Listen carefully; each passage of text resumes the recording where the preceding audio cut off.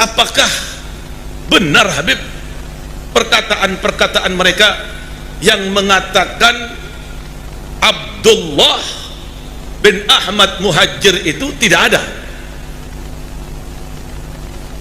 Ini semua karangan-karangan Dajjal Imaduddin dan pengikut-pengikutnya.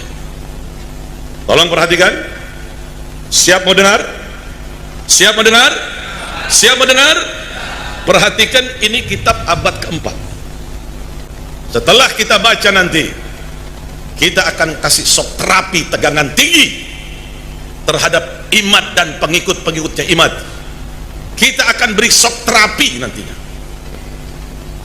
Al-Haddad dari Alawiyin, Al-Hamid dari Alawiyin, Al-Attas dari Alawiyin, Al-Jufri dari Alawiyin, Bahashim dari Alawiyin. Banyak para kabir, hampir mayoritas wali-wali di Indonesia ini, di dunia ini 60-70% Alawiyun. Ini yang dinafikan, ini yang diingkari. Gali adab, biadab itu kelompok-kelompok Imad itu. Saya berjanji nanti saya akan kasih sok terapi tegangan tinggi terhadap mereka. Jangan macam-macam. Anda telah membangunin harimau tidur. Kami akan buat goncang nanti dunia ini gara-gara sampean. Kita ini tidak gila hormat. Tapi pada saat dia mengatakan Alawi Jahannam, Alawiyin Jahannam, tunggu. Suatu saat kalian akan bertemu dengan saya nanti. Saya akan kasih sok terapi tegangan tinggi terhadap kalian nanti. Saya ingatkan kepada para santri, baik yang ada di Jember, atau yang ada di Banyuwangi, atau yang ada di Lumajang, atau yang ada di Probolinggo, atau yang ada di Pasuruan, atau yang ada di Madura, atau yang ada di Surabaya, para santri, jikalau ada kelompok-kelompok Imad, kelompok-kelompok pencaci maki Sada Alawiyin ini, pertama laporkan dulu kepada aparat kepolisian. Tapi kalau kepolisian tenang-tenang saja, polisinya tidak mau menggerak, polisinya malah memberikan fasilitas, umpamanya kita akan kasih shock terapi mereka dengan tegangan tinggi sebagaimana kita kasih shock terapi terhadap orang-orang Syiah. Kita akan kasih shock terapi terhadap mereka. Tunggu waktunya. Kalau Syiah kita bisa sikat, kita bisa bumi hanuskan, apalagi kelompok-kelompok Dajjal Imad ini. Kira-kira dibiarkan atau dilawan? Tidak ada jalan lain kecuali kita akan kasih shock terapi tegangan tinggi nantinya. Kalau Syiah saja di Madura, di Puger, di Bondowoso, di Bangil, di Surabaya, di Madura, kita bisa kasih shock terapi dengan tegangan tinggi. Pasukan-pasukan mereka kita rontokkan, apalagi pasukan-pasukan Dajjal Imad ini kita akan berikan shock terapi dengan tegangan tinggi. Kalau tidak gitu, tidak akan pernah selesai ini. Lihat nanti, sabar nonton. Jangan bisa dibiarkan ini kelompok-kelompok Dajjal ini tidak bisa dibiarkan. Betul tidak? Betul tidak? Tunggu waktunya. Pasti kami akan beri shock terapi tegangan tinggi. Itu diukur dengan adab budi pekerti, bukan dengan keturunan. Maka keturunan siapapun kalau tidak punya adab, tidak punya budi pekerti, itu tidak dapat mendatangkan kemuliaan. Pertanyaan yang sedang viral. Apa pertanyaannya? Tentang polemik atau gonjang-ganjing nasab Habib. Ini pertanyaannya tentang gonjang-ganjing nasab Habib. Penanya menyampaikan, apakah Habib yang ada itu benar-benar keturunan Nabi atau pendusta? Ini pertanyaan yang sensitif sebenarnya. Baik, Bapak Ibu, ketika ada pertanyaan semacam ini tentang nasab Habib, apakah benar itu keturunan Nabi atau itu pendusta, sebaiknya kita tidak ikut-ikutan masuk dalam pusaran konflik atau pusaran perdebatan yang sedang terjadi. Karena kultur kita itu tidak mengenal Habib. Kultur kita tidak mengenal nasab-nasab semacam itu. Sehingga ketika kita masuk ke pusaran itu, maka nambahi beban pikiran kita.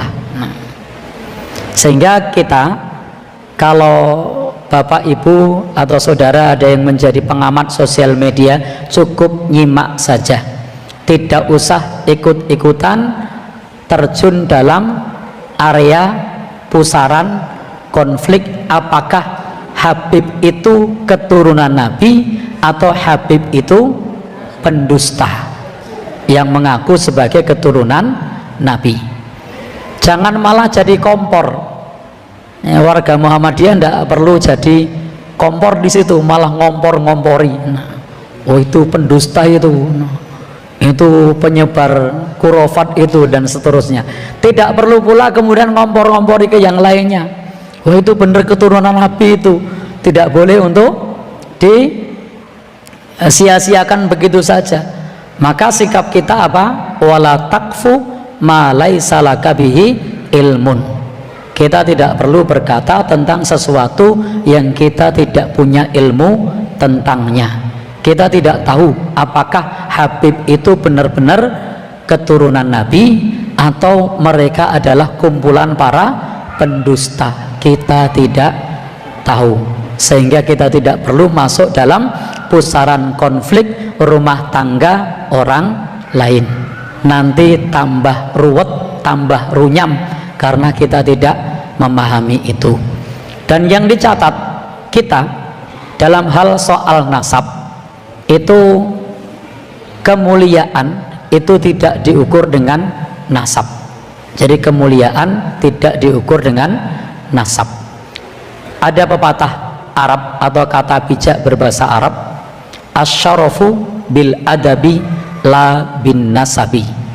Kemuliaan itu diukur dengan adab, budi pekerti, bukan dengan keturunan. Maka keturunan siapapun kalau tidak punya adab, tidak punya budi pekerti, itu tidak dapat mendatangkan kemuliaan. Maka meskipun kita ini orang kampung, wong gunung, tapi kalau punya adab, punya sopan santun, punya budi pekerti, itulah kemuliaan. Maka Al-Quran menyebutkan apa? Inna akramakum indallahi atqakum. Sesungguhnya yang paling mulia di antara kalian adalah orang yang paling bertakwa.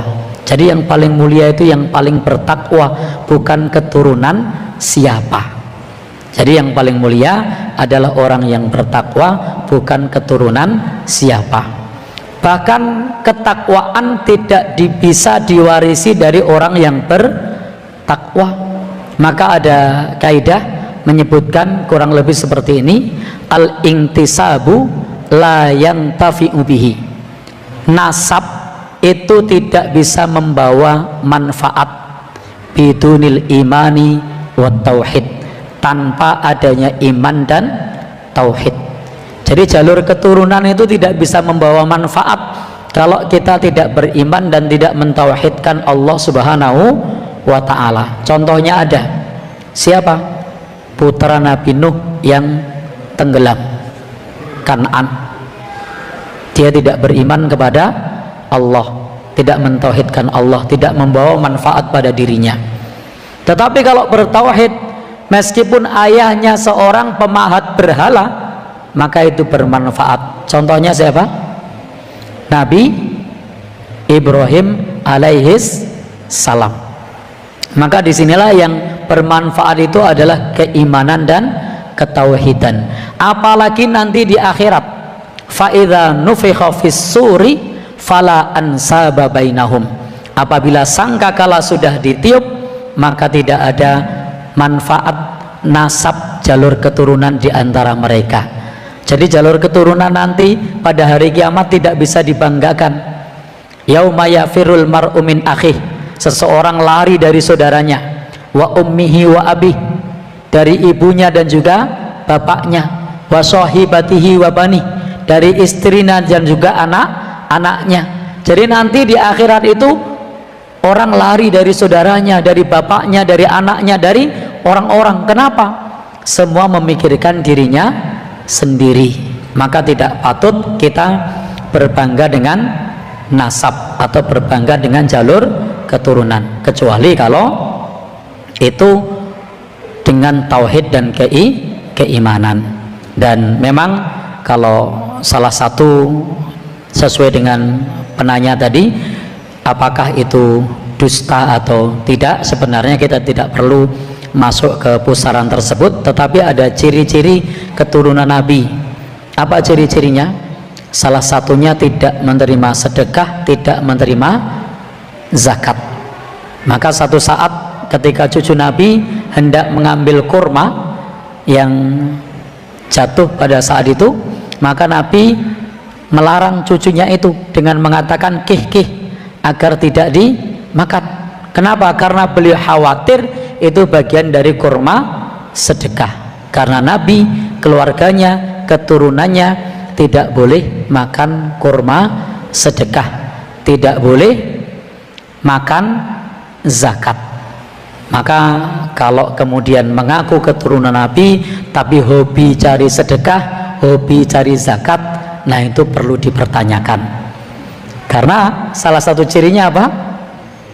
Ya, salah satu cirinya adalah tidak makan sedekah atau tidak makan zakat.